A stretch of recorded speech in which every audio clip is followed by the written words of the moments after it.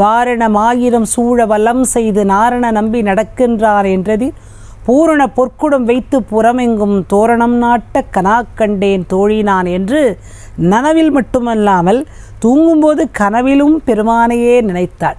இந்த மார்கழி நோன்பு என்பது வடநாட்டு பெண்கள் கார்த்தியாயினி நோன்பு, தமிழ்நாட்டு பெண்கள் பாவை நோன்பு. பாவை நோன்புக்கு அர்த்தம் என்ன தெரியுமாம்மா? நல்ல புருஷன் கிடைக்கணும், அவ்வளோதான்.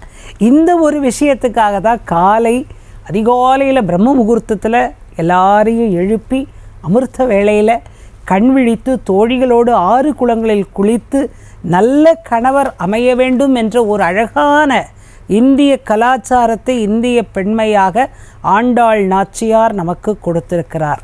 அந்த ஒரு பாடல்தான் அந்த மார்கழி திங்கள் எல்லாரையும் எழுப்புவது. அதில் இன்னும் ஒரு அழகான ஒரு விஷயம் கூட சொல்லுவாங்க. ஆண்டாள் தன்னுடைய திருப்பாவையை ஆரம்பிக்கும்போது மா என்று ஆரம்பித்ததன் காரணம், மாணிக்க வாசகர் தன்னுடைய திருவெம்பாவையை ஆரம்பிக்கும்போது ஆதியும் என்று ஆரம்பித்த காரணம். இதில் ஒரு அழகு இருக்கிறது.